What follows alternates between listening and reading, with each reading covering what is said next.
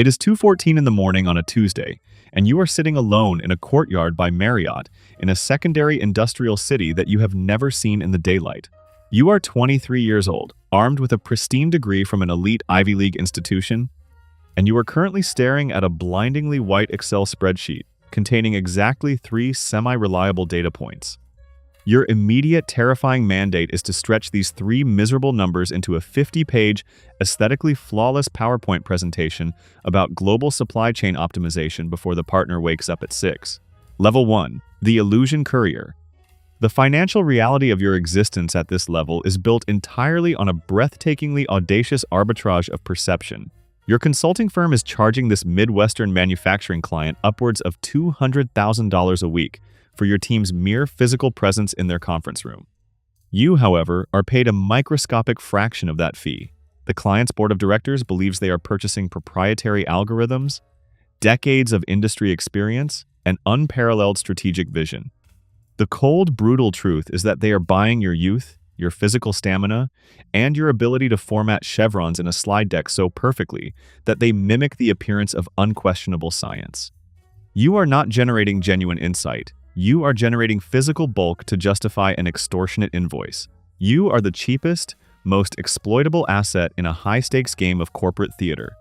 The psychological trap holding you hostage here is a deeply ingrained, almost pathetic form of intellectual arrogance. You have spent your entire life being the smartest person in the room, getting straight A's, solving complex calculus equations, and winning undergraduate case competitions. You desperately want to believe that you are a business prodigy, a brilliant surgeon parachuting into the war zone to save failing corporations. You worship devoutly at the altar of the 2x2 matrix and the Messe framework. When you perfectly align a complex waterfall chart, ensuring the margins are exact to the millimeter, you experience a brief, intoxicating hit of dopamine. But it is a complete illusion. You are not making any actual decisions. You are simply taking the senior partner's predetermined, politically motivated conclusion and backfilling it with carefully curated, cherry-picked data. You are a highly credentialed, heavily indebted graphic designer masquerading as a financial oracle. To survive this brutal, sleep-deprived apprenticeship and ascend to the next echelon of the matrix, you must commit a violent, silent act of intellectual suppression. You have to take the idealistic, truth-seeking academic inside your head, drag them into the dark alley behind this hotel, and mercilessly kill them. You must completely stop caring about what is empirically true and start caring exclusively about what is defensible in a boardroom. You have to permanently abandon the desire to find the right answer and master the dark, cynical art of constructing the exact answer the client's executive team has already decided they want to hear. You must hollow yourself out, becoming an empty, perfectly polished vessel for the firm's rhetoric. Level 2. Prisoner of the Matrix. You are standing frozen in the priority security line at O'Hare International Airport. It is 11:45 at night on a Thursday. The fluorescent lights overhead emit an oppressive yellow hum that seems to vibrate directly inside your skull. As you mechanically slide your custom-made Italian leather Oxfords off your feet and step onto the cold, heavily scuffed linoleum tile, you look down. There, near the heel of your left foot, is a small, distinct hole in your $40 merino wool sock. It is a trivial, microscopic detail, but in your chronically sleep-deprived, highly caffeinated state, it feels like a catastrophic structural failure of your entire life. You drag your dented aluminum Rimowa carry-on bag onto the X-ray conveyor belt, the wheels squeaking in a pathetic protest. A high-pitched, persistent ringing echoes deep in your ear canals, a physical, neurological souvenir from taking 52 red-eye flights in the last 12 months.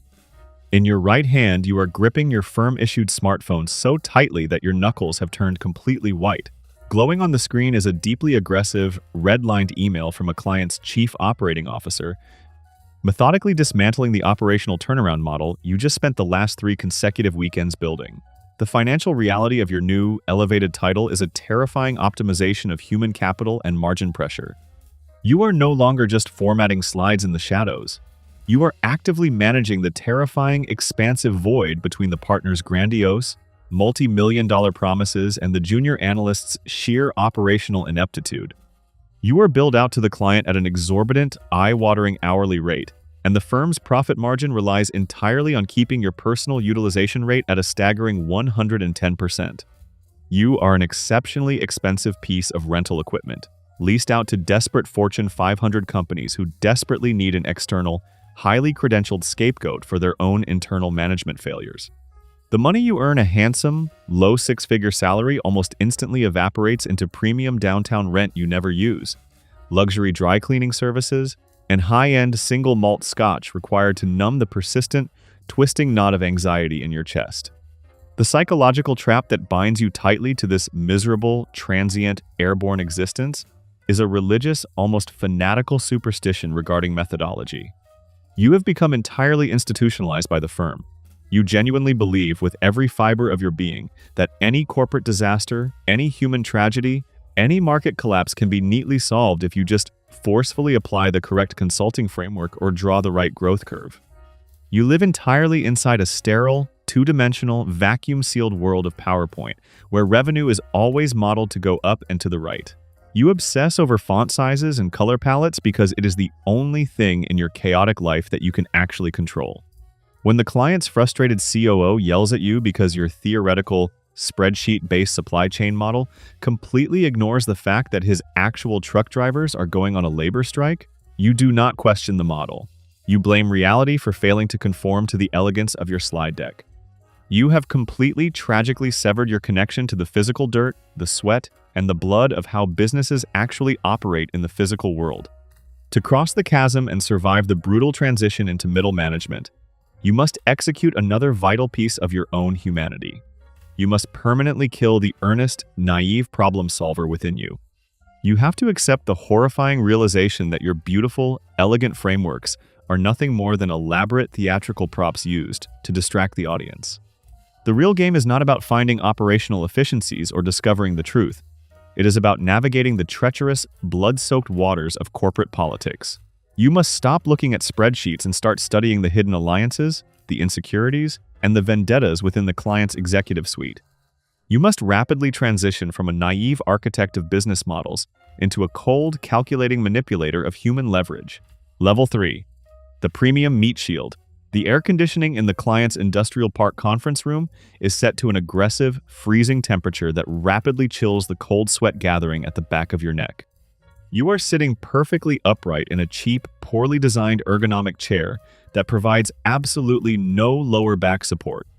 Across the wide expanse of the synthetic wood table sits a 50-year-old plant manager.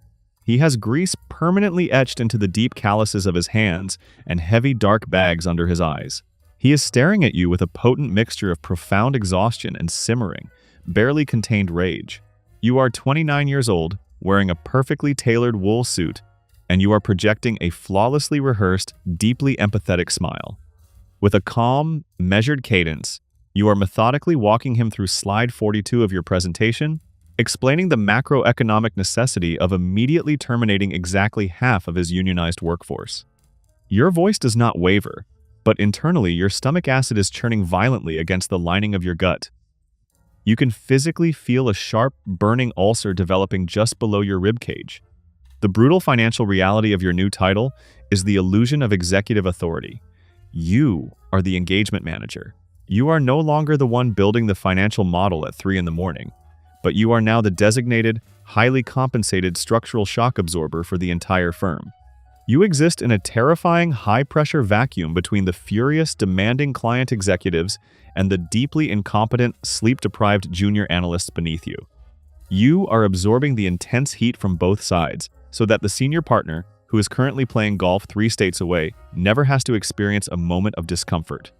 Your impending year-end bonus, perhaps $80,000, is not a reward for your brilliant strategic insights. It is hazard pay for your willingness to stand in the direct line of fire. You are a premium human meat shield, deployed to protect the firm's profit margins from the messy, emotional fallout of the destruction you recommend. The psychological trap that paralyzes you in this miserable middle ground is a deeply intoxicating, entirely false sense of control. You have a team now. You approve vacation days. You dictate the narrative arc of the final presentation. You look at the junior staff who cower when you enter the room, and you convince yourself that you have finally become a leader, a true captain of industry. You mistake the heavy burden of absorbing blame for actual, tangible power. You rationalize the cruelty of your daily tasks by telling yourself that you are making the hard, objective decisions that weak management teams are too cowardly to make themselves. You begin to measure your professional worth by how much psychological pressure you can endure without visibly fracturing. To survive this crucible and claw your way toward the partnership track, you must commit a deliberate, horrifying act of emotional amputation. You must systematically kill your own empathy. You can no longer look across the table and see a 50-year-old father who is about to have to tell his family he lost his pension. You must view him, and the thousands of workers he represents, strictly as variable costs that are currently dragging down the client's earnings before interest, taxes, depreciation, and amortization. You must extinguish the part of your soul that feels guilt and replace it with a cold, sociopathic armor that allows you to deliver a death sentence with an unblinking, reassuring smile. Level 4. The Bespoke Peddler. The ambient lighting in the private, soundproof dining room of the 3-star Michelin restaurant is deliberately kept low, casting a warm, seductive amber glow over the heavy crystal wine glasses. You are sitting across from the chief executive officer of a struggling, legacy retail conglomerate. You take a slow, practiced sip of an aggressively expensive, full-bodied Cabernet Sauvignon. Your posture is impeccably relaxed, and you are flashing a confident, radiant smile that you spent hours practicing in the mirror. However, beneath the heavy, imported Italian fabric of your bespoke jacket, the small of your back is completely drenched in a thick layer of freezing cold sweat. Resting on the pristine white tablecloth, exactly halfway between the artisan bread basket and the silver butter knife, is a printed proposal for a $2 million enterprise-wide digital transformation initiative. If the man sitting across from you does not pick up his pen and sign that document before the dessert course arrives, your 8-year, blood-soaked, agonizingly painful path to the partnership is permanently and irrevocably terminated. The financial architecture of your career has undergone a terrifying, fundamental mutation. You are no longer evaluated on your intelligence, your analytical rigor, or the actual quality of the advice you deliver. The intellectual phase of your career is completely dead. You are now a principal, and your entire existence, your firm-assigned value as a human being, is dictated entirely by your sales pipeline. You are carrying a multi-million-dollar annual revenue quota. The pressure is crushing, a heavy, invisible gravity that makes it difficult to draw a full breath. You are no longer a prestigious business advisor. You have devolved into a highly sophisticated, incredibly well-dressed traveling salesman. The firm does not care if your proposed strategy actually saves the client's business. The firm only cares that the first installment of the engagement fee clears the bank by the end of the fiscal quarter. The psychological trap that engulfs you at this terrifying altitude is the complete corruption of your professional intent. Because your survival depends entirely on selling massive, expensive projects, you are no longer in the business of solving problems. You are now actively in the business of manufacturing panic. You sit in boardrooms and deliberately invent terrifying, apocalyptic industry narratives, the impending digital disruption, the agile collapse, the artificial intelligence extinction event. You meticulously craft a pervasive sense of existential dread within the client's executive team, and then, right as their anxiety peaks, you smoothly slide the multi-million-dollar antidote across the table.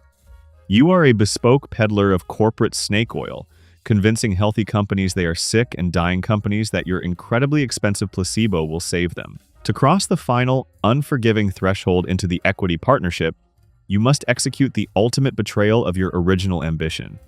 You must permanently assassinate the brilliant problem-solving consultant you spent a decade building.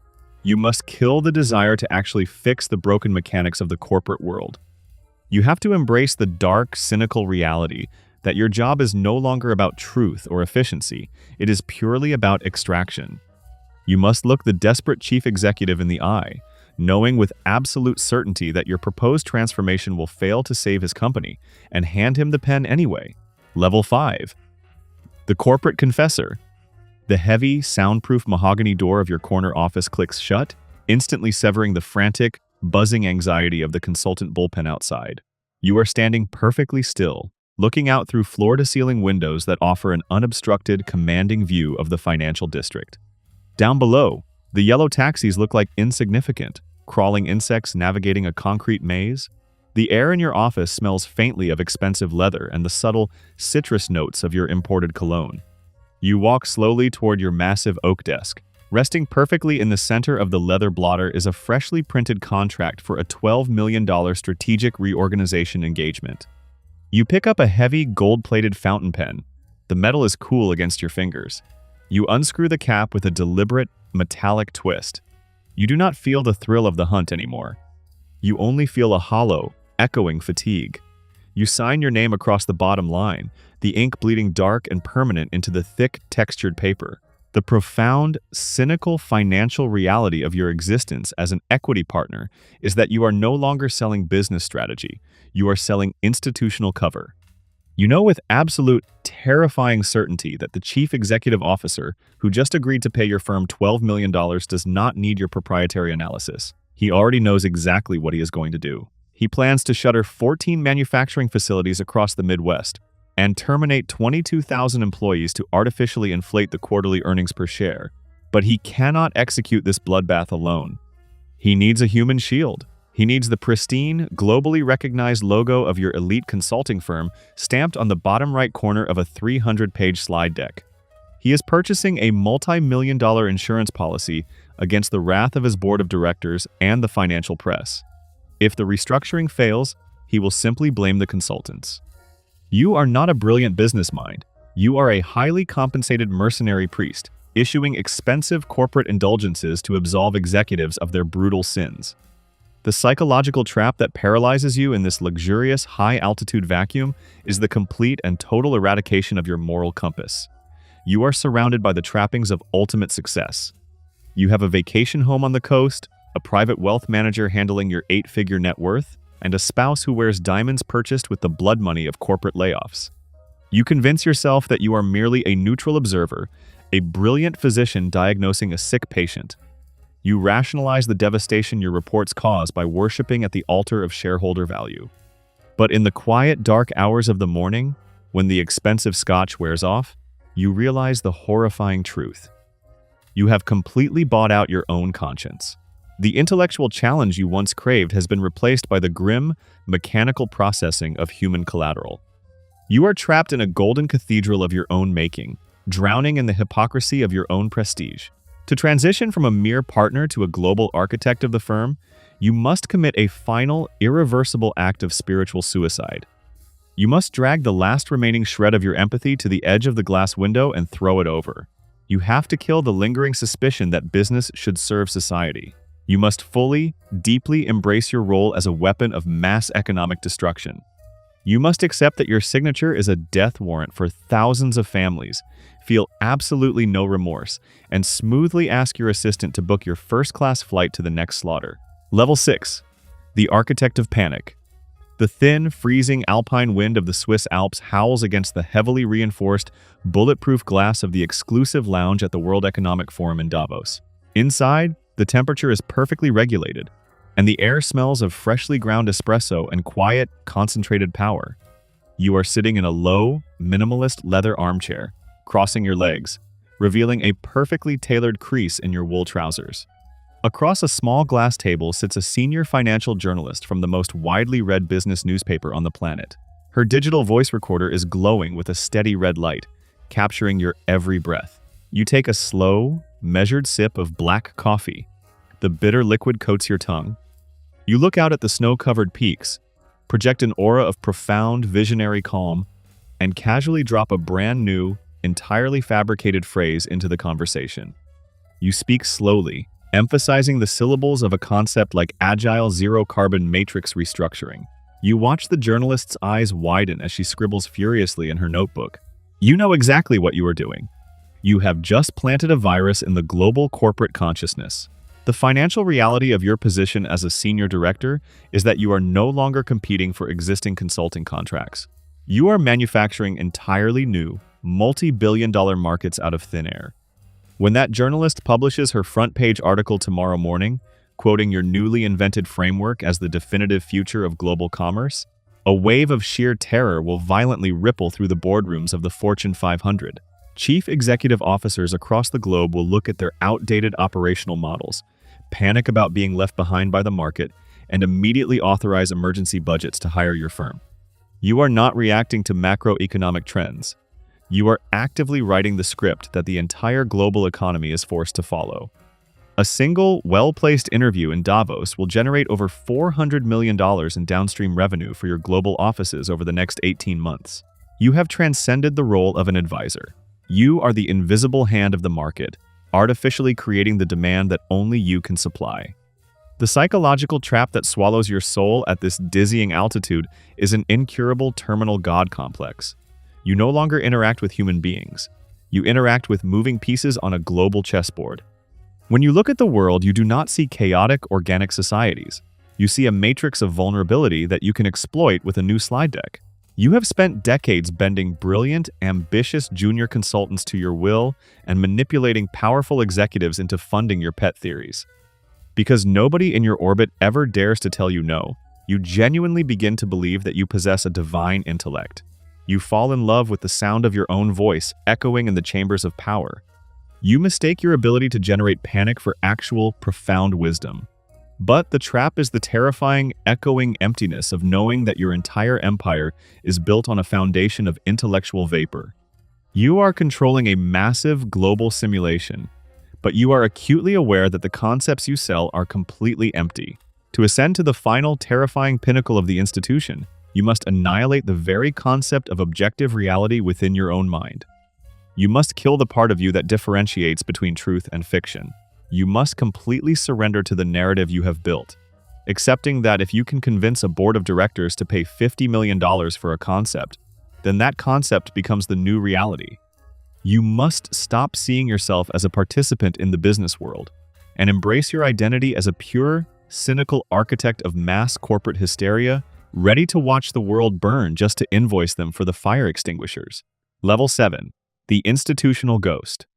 The low, resonant hum of the twin engines vibrates deeply through the floorboards of the private jet. You are cruising at 45,000 feet, suspended in the pitch-black stratosphere somewhere over the freezing, violent expanse of the North Atlantic Ocean. The cabin pressure is meticulously maintained, but the air feels impossibly thin, almost sterile in your lungs. You are sitting completely motionless in a massive, hand-stitched leather captain's chair. On the polished burled walnut table in front of you rests a single, heavy crystal tumbler of sparkling water and a single sheet of unmarked, heavy stock paper. There is no laptop illuminating your face. There are no frantic slide decks waiting to be reviewed. There are no red-lined emails demanding your immediate, panicked attention. You are completely, terrifyingly untethered from the chaotic, grinding machinery of the firm miles below you. You trace the rim of the crystal glass with your index finger. The silence inside the cabin is absolute, heavy, and deeply unnerving. You look out the thick oval window into the infinite, starless dark. You are 55 years old, and you have completely ceased to exist as a flesh-and-blood human being. You have evaporated into a pure, atmospheric pressure. The financial mechanics of your existence at this absolute global leadership echelon defy all traditional, mortal comprehension. You do not bill hours. You do not pitch strategic transformation projects. Your personal compensation is a closely guarded, highly classified algorithm, an 8-figure annual dividend derived directly from the aggregate sweat, blood, and broken marriages of 10,000 junior consultants bleeding out in cheap hotel rooms across the globe. But the money is entirely irrelevant to you now. It is merely a digital scorekeeping mechanism for a game you definitively beat a decade ago. Your true currency is macroeconomic gravity. You do not advise chief executives anymore, you quietly install them, and you casually dismantle them. Tomorrow night, at a highly classified, off-the-record dinner in a private, windowless club in Mayfair, you will lean across a mahogany table and casually utter a single, vaguely negative sentence about the leadership of a 100-year-old automotive conglomerate. By the time your jet lands back in New York on Friday morning, that single whisper will have triggered a massive boardroom coup, wiping out $3 billion in market capitalization and permanently eliminating the pensions of 40,000 retired assembly line workers. You wield a terrifying, invisible power that easily eclipses sovereign governments, yet your fingerprints are completely absent from the murder weapon. You are the phantom in the machine,